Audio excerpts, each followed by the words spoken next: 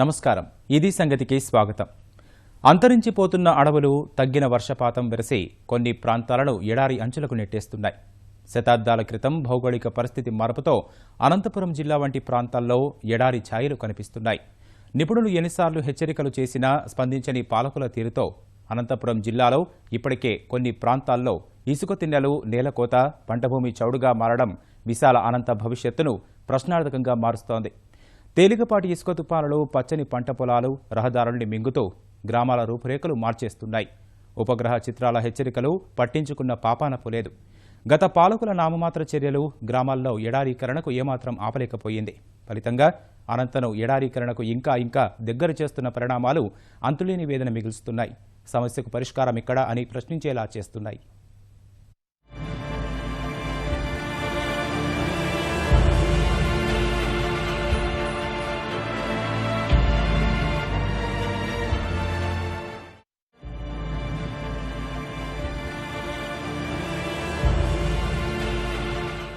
వరస కరువులు,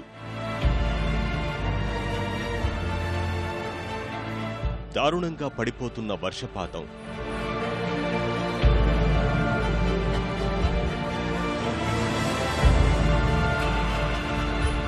ఇవి కొన్ని దశాబ్దాలుగా అనంతపురం జిల్లాలో నెలకొన్న పరిస్థితులు.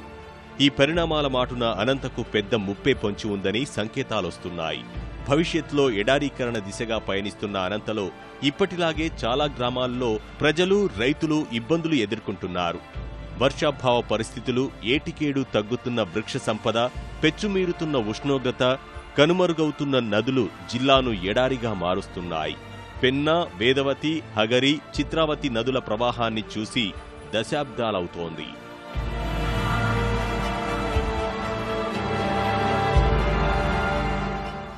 అడపాదడపా కురిసే వర్షపు నీరు తప్పించి నదీ ప్రవాహం కనిపించలేదు. ఫలితంగా అవన్నీ దాదాపు మృత నదులుగా మారాయి.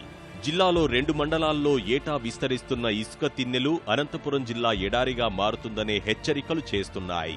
కణేకల్లు, బొమ్మనహాళ్ మండలాలను చూస్తే ఈ పరిస్థితి తెలుస్తుంది. కనుచూపు మేర విస్తరించిన ఇసుక మేటలు, మధ్యలో ఇసుక మైదానాలు విస్తరించిన పరిస్థితులే సాక్షాత్కరిస్తున్నాయి.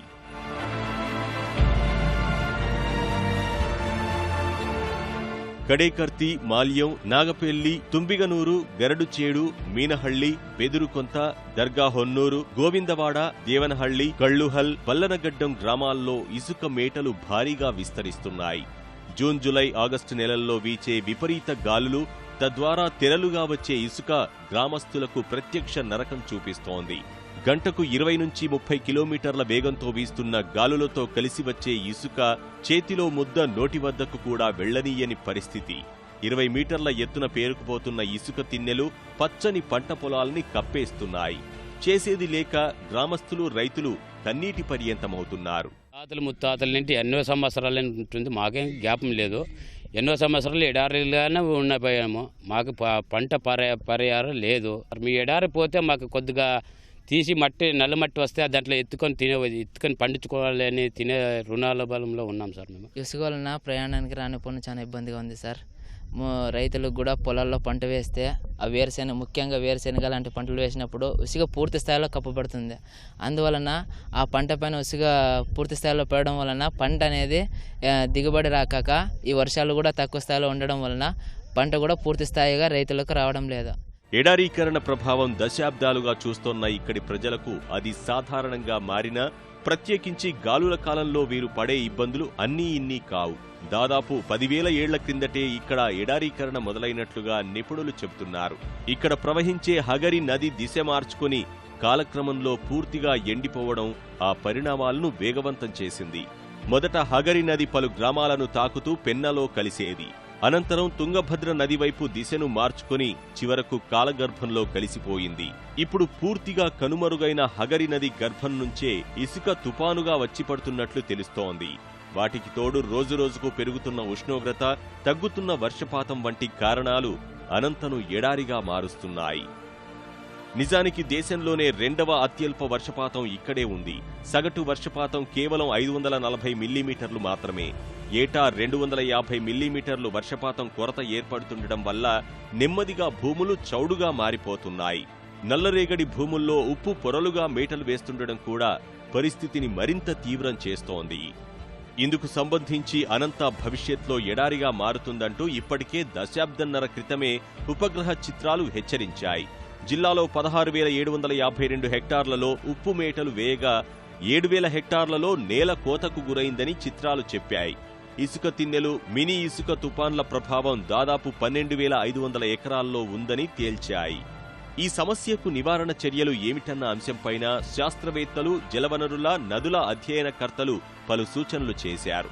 వాటిలో కొన్ని ప్రధాన అంశాలు ఇలా ఉన్నాయి. నదీ తీరాల వెంబడి 200 నుంచి 300 మీటర్ల వెడల్పున కనీసం 20 మీటర్లు పెరిగే చెట్లను నాటి అభివృద్ధి చేయాలి. జిల్లాలో ప్రతి 500 హెక్టార్ల పరిధిలో ఒకటి చొప్పున 3,625 వాటర్ షెడ్లు నిర్మించాలి. నీటి వనరులు మళ్లించుకోవాలి. సమీపంలో పారుతున్న తుంగభద్ర మిగులు జలాలు మళ్లించి హగరి నదిలో కలిసేలా చర్యలు చేపట్టాలి. సార్, ఈ ఇసుక దిబ్బల నుంచి చాలా ఇప్పుడు పంట పొలాలు కూడా బూనుకుపోతాయి సార్. వర్షాలు లేక గాలి వచ్చినప్పుడు ఆ గాలికి దిబ్బల మాదిరిగా కొండ మాదిరిగా వస్తుంది సార్. అది ఇంత పంటలు వేసిన పంట, చెనక్కాయ, మొత్తం ఏ పంట అయినా కానీ మొత్తం బూనుకుపోతుంది సార్. మడి ఇత్తాలంటే ఆడైతే సార్ 2 సార్లు ఇత్తాలంటే కూడా కష్టం. రైతుకి నుంచి చాలా కష్టం సార్ ఇసుక నుంచి. పొలానికి ఇత్తితే ఇత్తనము దాదాపుగా 120 సేలు వేస్తాము. పొలానికి ఎకరాకి 120 సేలు వేస్తున్నాము. అదే గాలికి ఇసుక వచ్చి అంత పూనుకపోతుంది. పైరు పూనుకపోయినప్పుడు ఏమవుతుందంటే ఎర్రగా అవుతుంది. అది అసలు పంటదో నాటెలదో అది ఆటికి నిలబడిపడుతుంది పైరు సార్. ఆ పైరు అంటే మాకు ఏమన్నా ఉపయోగం ఉంటే చెప్పండి సార్ మీరు. అనంతలో వేగంగా చొచ్చుకొస్తున్న ఎడారీకరణ నివారించేందుకు గత ప్రభుత్వాలు ఎలాంటి చర్యలు చేపట్టాయి, అమలు ఎలా సాగింది, నిధులు ఎలా వినియోగించారు, ఇలాంటి ప్రశ్నలకు మాత్రం సమాధానాలు లేవు. ప్రతిసారి ప్రభుత్వం ప్రణాళికలు రూపొందించడం, అమల్లో చిత్తశుద్ధి లేకపోవడం, నిధులు కరిగిపోవడం జరుగుతోంది. అవన్నీ గమనించిన చంద్రబాబు ప్రభుత్వం 2 ఏళ్లలో భిన్న కోణాల్లో ఎడారీకరణ నిర్మూలనపై పరిశోధన చేపట్టింది. ఆ సందర్భంగా వచ్చిన ఆలోచనే నదుల పునరుజ్జీవం. రాజస్థాన్ వంటి అత్యంత కరువు పీడిత ప్రాంతంలో water man of India, Magsaysay award గ్రహీత రాజేంద్రనాథ్ సింగ్ అలా నదుల పునరుజ్జీవింపజేయడంలో ఇప్పటికే విజయం సాధించారు. ప్రస్తుతం ఆయన నేతృత్వంలోనే అనంతలో విస్తరిస్తున్న ఎడారీకరణను కట్టడి చేసే పరిష్కారాలపై దృష్టి సారించారు. తీవ్ర వర్షాభావ పరిస్థితులు, గత ప్రభుత్వాల నిర్లక్ష్యం కారణంగా బొమ్మనహాళ్, కణేకల్లు మండలాల్లో ఎడారీకరణ మరింత వేగంగా సాగుతోంది. గతంలో ఎడారి నివారణ పేరుతో ఈ ప్రాంతంలో మొక్కలు నాటినా వాటిని పరిరక్షించకపోవడం వల్ల కోట్ల రూపాయల నిధులు వృధా అయ్యాయే కానీ పరిస్థితిలో మార్పు రాలేదు. రాయదుర్గం నుంచి శాసనసభ్యుడిగా ఎన్నికైన ప్రభుత్వ చీఫ్ విప్ కాల్వ శ్రీనివాసులు సమస్యపై దృష్టి సారించారు. నదీ పరివాహకం నుంచి ఇసుక రాకుండా మొక్కలు నాటే కార్యక్రమం ఆరంభించారు. పొలాల్లోనూ పండ్ల మొక్కలు నాటి రైతులకు మేలు చేకూర్చే ప్రణాళిక చేశారు. ఇప్పటికే మేట వేసిన ఇసుక దిబ్బలతో చౌడుగా మారిన పంట పొలాలకు ఇసుక తరలించుకునే పథకాన్ని నీరు చెట్టు కార్యక్రమంలో అమలు చేస్తున్నారు. తద్వారా ఆ భూములను పూర్వస్థితికి తెచ్చేందుకు, వ్యవసాయ యోగ్యంగా మార్చేందుకు ప్రయత్నాలు సాగుతున్నాయి. రోడ్లపైకి ఇసుక చేరకుండా ఇరువైపులా చెట్లు పెంచాలని నిర్ణయించారు. ఇందుకు అవసరమైన నిధులు డ్వామా నుంచి కేటాయించి కార్యక్రమాల్ని చేపట్టారు. 46 కోట్ల రూపాయల వ్యయంతో ప్రణాళికలు రూపొందించారు. 3 ఏళ్ల కాలపరిమితితో పనులు సాగుతున్నాయి. మొదటి దశలో 17 కోట్ల వ్యయంతో చౌడు భూముల రైతుకు 5 ఎకరాల చొప్పున ఇసుకను తరలిస్తున్నారు. ఒక్కో ఎకరాకు 70 ట్రాక్టర్ల వరకు ఇసుకను తరలిస్తున్నారు. 2006 నుంచి ఇప్పటి వరకు కూడా ఇసుక మేటలకి ప్లాంటేషన్ అనేది చేస్తూ ఆ దిబ్బల్ని ఇక్కడ ముందుకు ఎగబాకుండా మేము ఒక ప్రయత్నంగా అప్పటి నుంచి పనిచేస్తూ ఉన్నాము. రైతులకు ఈ ఇసుక దిబ్బల్ని మనం ఇసుకని తొలగించుకునే వాళ్ళం అవుతాము. రెండోది రైతులకు ముందుకు ఉపయోగపడుతుంది. కాబట్టి ఇది ఒక మంచి కార్యక్రమంగా మన కాళీ శ్రీనివాసులు గారు చెప్పడం ఎంతో అభినందనీయం. మేము కూడా ఒక రాజస్థాన్ నుంచి డెజర్ట్ నుంచి ఒక ఎక్స్పర్ట్ని పిలిపించి, జయ వెంకటేశ్వర్లు గారని ఒక ఎక్స్పర్ట్ని పిలిపించి మేము చూపించి దీనికి ఏమి పరిష్కారం అంటే ఆయన ఏం చెప్పినాడంటే మనం ఒక ప్రతి 40-50 అడుగులకు ఒక వరుస క్యాషురీనా నాటి మనం వానకాలంలో నాటినామంటే అదే బతుకుతుంది. అది కానీ పెద్దదైందిరా అంటే తర్వాత ఇంక ఈ శాండ్ మూవ్మెంట్ అనేది దాదాపు ఆగిపోతుంది. దానికి అదనంగా ఇంకా ఏదైనా క్రీపర్స్ ఉంటే పంట లేని కాలంలో ఏవైనా క్రీపర్స్ అయితే అవి కూడా పెట్టుకోవచ్చు మనకు. దానిపైన వేస్తే ఇంక ఇసుక పైన కొంచెం అట్లా అల్లుకొని ఉన్నారంటే అది కూడా లేసేది కూడా చాలా తగ్గిపోతుంది అనేటువంటి రికమెండేషన్ ఆయన ఇవ్వడం జరిగింది.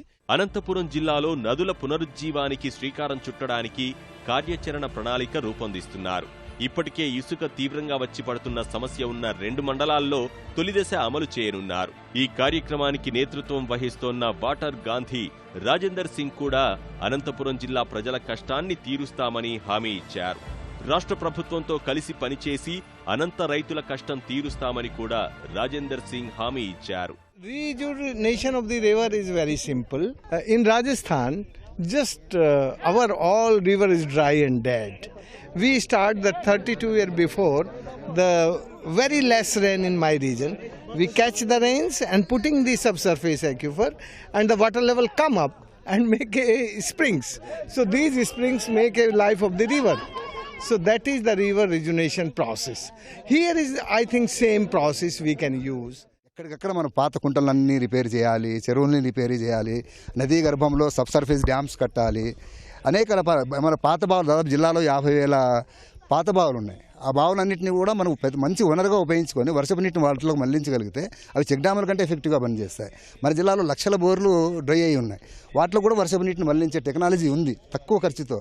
ఇవన్నీ చేస్తే డెఫినెట్గా నదులు జీవనదులుగా మారుతాయి. దీన్ని గట్టి పట్టుదల పని చేయాలి. గట్టిగా పని చేస్తే తప్పకుండా మారుతుంది. హగరి, వేదవతి నదులను పునరుజ్జీవం చేసేందుకు రైతులు కూడా కలిసి రావాల్సి ఉంటుంది. రాజస్థాన్లో నదీ పరివాహక ప్రాంత రైతుల సహకారంతోనే అల్వార్ జిల్లాలో 2 నదులను పునరుజ్జీవింపజేశారు. దేశంలో ఆయనకు మించి నదుల పునరుజ్జీవనంలో నిష్ణాతులు లేరు, నిపుణులు లేరు. అట్లాంటి రాజేంద్ర సింగ్ గారే స్వయంగా మన ప్రాంతానికి వచ్చి 5 సంవత్సరాల లోపల దీంట్లో నీటి గలగలలు చూడొచ్చు, మనము భూగర్భ జలాలు పెంచొచ్చు అని చెప్పడం చాలా అంటే భవిష్యత్తు మీద ఒక నమ్మకాన్ని కలిగించింది మా అందరికి కూడా. కర్ణాటకలో ఎక్కువ డ్యాములు కట్టడం వల్ల మరి కిందకి నీళ్లు పారిన పరిస్థితిలో ఇక్కడ పడుతున్నట్టు వర్షాలనే మనం వడిసి పట్టుకొని సిరీస్ ఆఫ్ చెక్ డ్యామ్స్ కట్టడం కానివ్వండి, లేకపోతే దానికి అనుబంధంగా ఫామ్ పాండ్స్ కట్టుకొని మరి ఈ ప్రాంతంలోనే భూగర్భ జలాల్ని చాలా అతి లోతుగా ఉండే ప్రాంతం భూగర్భ జలాలు జిల్లాలో ఎక్కడంటే ఈ ప్రాంతంలో ఉన్నాయి. దీన్ని ముఖ్యమంత్రి గారు చెప్పినట్టు 3 to 8 మీటర్స్ లెవెల్కి తీసుకొని రావాలంటే ఇది చాలా మంచి కార్యక్రమం, చాలా ముఖ్యమైన కార్యక్రమం. హగరి రివర్ని మళ్ళా మనం రిజువనేట్ చేయటం అనేది. అనంతపురం జిల్లాలో అంతరించిన నదులను మళ్లీ పునరుజ్జీవింపజేయగలిగితే ఎడారీకరణకు అడ్డుకట్ట పడినట్లే. ఈ మార్గంలో ఈ ప్రభుత్వం అయినా యత్నాలు ఆరంభించడంపై మంచి పరిణామంగా చెప్పవచ్చు. పుత్తడి మళ్లీ మెరుస్తోంది. దాదాపు 2 ఏళ్ల తర్వాత మళ్లీ ఈ స్థాయిలో పెరగడం ఇదే మొదటిసారి. స్తబ్దుగా ఉన్న ధరలు పెరగడం వ్యాపారంలో ఉత్సాహం పెంచుతున్నా కొనుగోలుదారులు మాత్రం వేచిచూసే ధోరణిలో ఆచితూచే అడుగులు వేస్తున్నారు. ఇంతకు మళ్లీ పసిడి మెరుపులకు కారణమేంటి? ఒకానొక దశలో 26,000 రూపాయలకు సైతం పడిపోయి మదుపుదారులను నిరాశకు గురిచేసిన పసిడి తిరిగి పుంజుకొని ఆశలు రెక్కెత్తించడానికి దారితీసిన పరిణామాలేమిటి?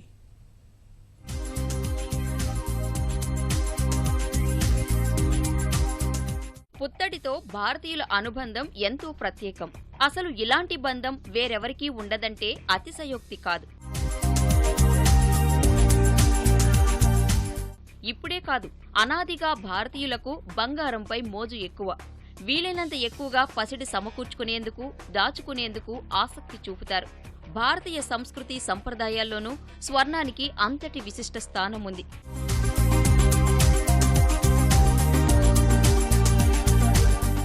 స్థిరాస్తులు ఉన్నా బంగారం కొనుగోలు వైపు మొగ్గు చూపేవారే ఎక్కువ. ఎందుకంటే ఆపదలో ఆదుకునే సాధనంగానూ అక్కరకు వస్తుంది పుత్తడి. అందుకే ఆదాయంతో సంబంధం లేకుండా ప్రతి ఒక్కరూ బంగారాన్ని కాస్తో కోస్తో కొనుగోలు చేయడానికే ప్రయత్నిస్తారు. మహిళల గురించి చెప్పనవసరం లేదు. ఎలాంటి శుభకార్యమైనా ముందుగా వారి ఎంపిక ఇదే. సంపన్న వర్గాల నుంచి పేదవారి వరకు వారి జీవన విధానాల్లో అంతలా పెనవేసుకుపోయింది బంగారం. సాధారణ సమయాల్లోనే కొనుగోళ్ల విషయంలో బంగారానికి ప్రాధాన్యత ఇచ్చే భారతీయులు పండుగలు పబ్బాల విషయంలో మరింత సెంటిమెంట్తో ఉంటారు. భారత్లో ఇంతటి ప్రభావం చూపిస్తుంది కాబట్టే పుత్తడి ధరల్లో ఒడిదుడుకులు కొనుగోళ్లను నిర్దేశిస్తాయి.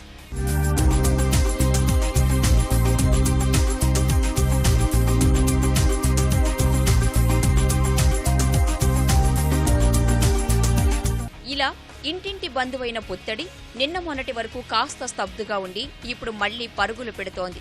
ఏడాది క్రితం ఇదే బంగారం ధర గణనీయంగా తగ్గింది. ధరలు 10 ఏళ్లలో ఎన్నడూ లేని విధంగా 3 సంవత్సరాల కనిష్టానికి అప్పట్లో పడిపోయాయి. యూరోజోన్లో ఆర్థిక మాంద్యాన్ని నిలువరించే ప్రయత్నాలతో పాటు డాలర్ విలువ పెరగడం కూడా కారణమని అప్పట్లో వ్యాపారులు అభిప్రాయపడ్డారు. డాలర్ వైపు మొగ్గి పెట్టుబడులు పెట్టేవారు లేక కూడా విలువ తగ్గిందని విశ్లేషించారు.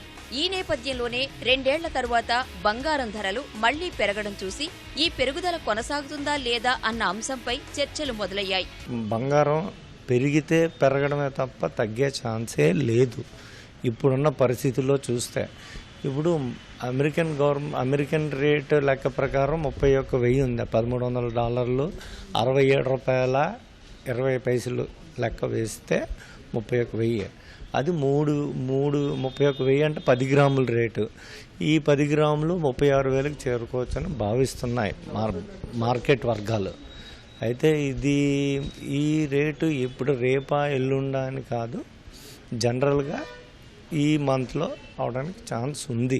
కాబట్టి ఇయర్ మళ్ళీ లోవర్ ప్రైస్ రీచ్ అవుతుంది అన్న చాలామందికి ఐడియా ఉంది.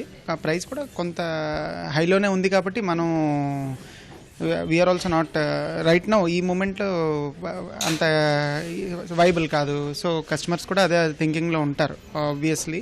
కొంత కాకపోతే ఇప్పుడు ట్రెండ్స్ చూస్తుంటే హయ్యర్ సైడ్ వెళ్ళడానికి కూడా అవకాశాలు కనబడుతున్నాయి. 24 క్యారెట్ల బంగారం ధరనే తీసుకుంటే గురువారం ఒక్కరోజే $580 పెరిగింది. 10 గ్రాముల బంగారం 30,000 రూపాయలు దాటింది. 2014 ఆగస్టు తరువాత ఇదే అధికం కావడం విశేషం. వరుసగా 7 రోజులు పెరుగుదల కనిపించడం బట్టి చూస్తే పుత్తడి గిరాకీ ఊపందుకున్నట్టు స్పష్టంగానే తెలుస్తోంది. ఈ ఏడాదిలో ఇప్పటి వరకు పసిడి ధర 23% పెరిగింది. ఆ ప్రకారమైతే ప్రస్తుత పరిణామాలు కొంతకాలం సాగితే బంగారం ధర ఇంకా పెరిగే అవకాశాలున్నాయి. బంగారం ధరని ఇతరాల కన్నా ప్రత్యేకంగా పరిగణించడానికి కారణం పుత్తడి ఒక్కటే ఏ దేశంలోనైనా చలామణి అయ్యే వస్తువుగా భావించడమే. ఎందుకంటే చాలా మంది అనుకుంటున్నట్లుగా కాక బంగారానికి పారిశ్రామిక వినియోగం తక్కువ, అలంకారపరమైన వినియోగమే అధికం. భారత్, చైనా మినహా మిగిలిన దేశాల్లో బంగారాన్ని ఆభరణాలకు వాడే కన్నా ద్రవ్యోల్బణాన్ని ఎదుర్కొనే సాధనంగానే చూస్తారు.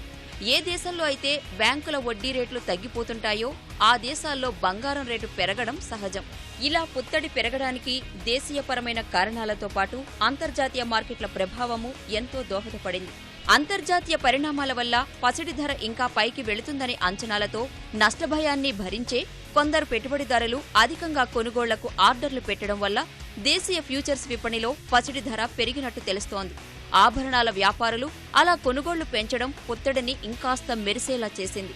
ఆషాఢం రాయితీలు, శ్రావణమాసం సెంటిమెంట్ వల్ల కూడా బంగారు ఆభరణాలకు గిరాకీ పెరుగుతుందని భావించి పెద్ద ఎత్తున బంగారం కొనుగోళ్లు జరిపారు వర్తకులు. ఇప్పుడు చూస్తే టోటల్గా స్లాక్ అయిపోయిందండి. లాస్ట్ ఇయర్ తక్కువ ఉంది.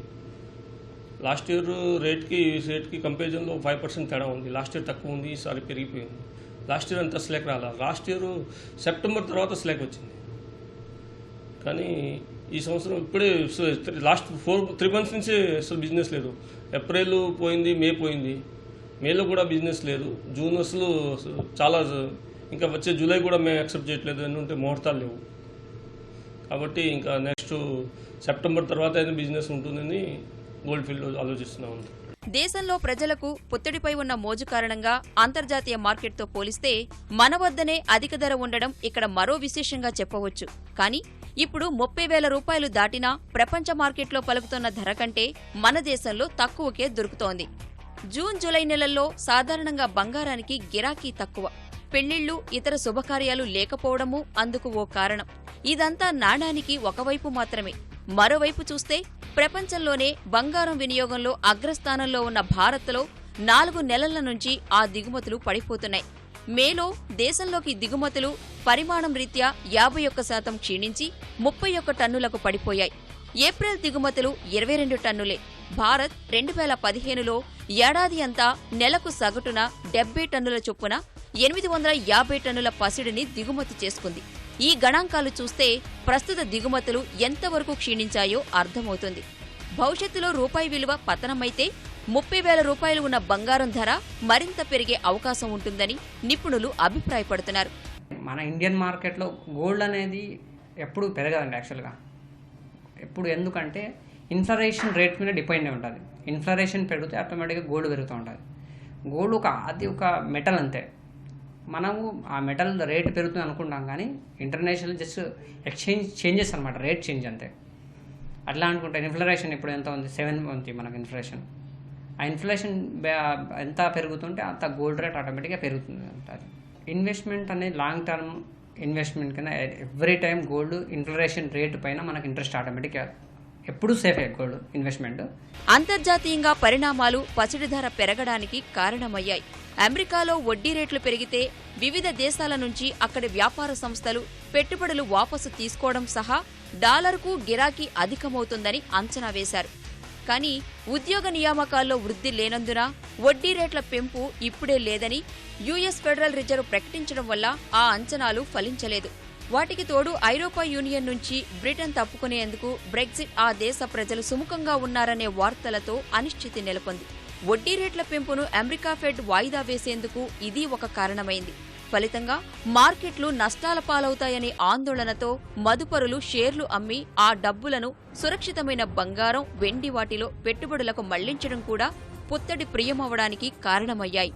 ఈ పరిణామాల నేపథ్యంలో సాధారణంగానే బంగారాన్ని పెట్టుబడిగా భావించేవారు ఈ సమయంలో అమ్మకాలకు పాల్పడితే వ్యాపార కోణంలో చూసేవారు సురక్షితమైన పెట్టుబడి సాధనంగా భావిస్తారు. అలా సంక్షోభ సమయాల్లో సురక్షిత సాధనంగా గుర్తింపు ఉన్నందునే బంగారం ధర ప్రస్తుతం బాగా పెరిగిందని, ఈ పెరుగుదల తాత్కాలికమేనని బులియన్ విశ్లేషకులు అంటున్నారు. ఇక్కడ మరో విషయం కూడా ఉంది. డాలర్ విలువ పతనం, బంగారం ధరకు అమెరికా డాలర్ మారకం రేటుకు దగ్గరి సంబంధం ఉంది. ప్రధాన కరెన్సీలతో డాలర్ మారకం రేటు తగ్గే కొద్దీ పసిడి ధర పెరుగుతుంటుంది. చివరిగా ఒకటి మాత్రం స్పష్టం. ప్రపంచ ఆర్థిక వ్యవస్థ ఆర్థిక పరిస్థితులు సరిగా లేనప్పుడు మాత్రమే మదుపర్లు పెట్టుబడుల రక్షణ కోసం సహజంగా బంగారం వైపు చూస్తారు. ప్రస్తుతము ప్రపంచంలో ఏ దేశ ఆర్థిక పరిస్థితి బాగోలేదు. స్టాక్ మార్కెట్ల పరిస్థితి అంతే. చమురు ధరల పతనంతో అరబ్ దేశాలు విలవిలలాడుతున్నాయి. చైనా ఆర్థిక వ్యవస్థ కూడా అంతంత మాత్రంగానే ఉంది. అమెరికా, యూరప్, జపాన్లది ఇదే పరిస్థితి. మన ఆర్థిక పునాదులు బలంగా ఉన్నాయని ప్రభుత్వం చెబుతున్నా ఇన్వెస్టర్లు మాత్రం నమ్మడం లేదు. అందువల్లనే ప్రపంచవ్యాప్తంగా ప్రస్తుతం ఇన్వెస్టర్లు తమ పెట్టుబడుల విలువ కాపాడుకునేందుకు పసిడిని ఆశ్రయిస్తున్నారు. ఇది సంగతి. మరిన్ని విభిన్న అంశాలతో మళ్ళీ కలుద్దాం. నమస్కారం.